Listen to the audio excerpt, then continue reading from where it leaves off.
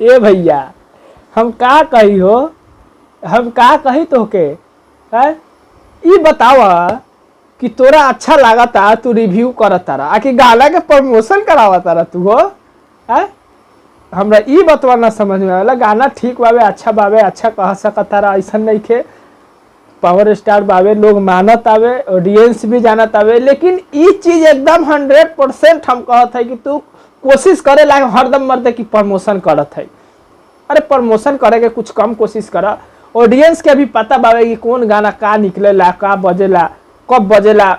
एगो छोटा कलाकार के भी देख लेबा नु तो दिन भर में मिलियन पार हो जाए। तोरा मतलब बिना प्रमोशन कैले अब तू समझ सकता रहा कि हम का कहत है।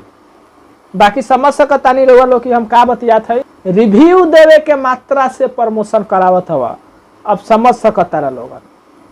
चलिए हम बता दी, आज एगो आइल हवे पवन भैया गाना सुबेरे, जोन की हालांकि अब जे बावे पहले से काफी कम हो गल बावे व्यू के। ई बात सब केहू के पता बावे कि दिन भर में मिलियन जाता हुए कोनो गारंटी नहीं के, फंसियो जाता हुए, कभी कभी रुकियो जाता हुए।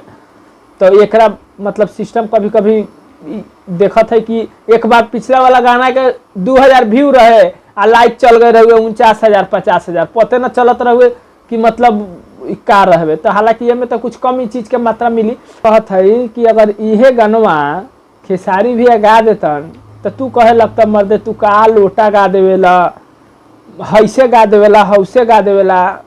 आ ई गानवा अगर गईले बारन तो माने ई अच्छा बावे कि हाँ हर जगह बजे लाइक बावे। मतलब ई एकदम उम्मीद लागत हवे कि हर दम बजे लाइक गाना ई बावे कि हर दम हर जगह पे, हर मंदिर पे बजे लाइक बावे। मतलब ऐसा सोचत तारा लोग ना। हालांकि 10 दिन सावन बावे, अभी भी देख सकता तारा कुछ कुछ तो गाना आइबे करी, पता बावे। ये वो गाना सबसे पहले आए रहुए पवन भैया के, प्रमोशन हम नहीं करत, लेकिन जे सच्चाई बा हम बतावत है। एगो दूगो गाना आई रहुए, दूगो सबसे शुरू वाला, उ सबसे थोड़ा बेहतरीन गाना रहुए। हालांकि पूरा सावन भर में वैसा गाना जे बावे कि उनका अभी तक दूगो जे आइल हुए, एगो रोयल रघुराई आ एगो और कुछ जे बावे, सबसे पहले वाला शायद भूल गए है हम।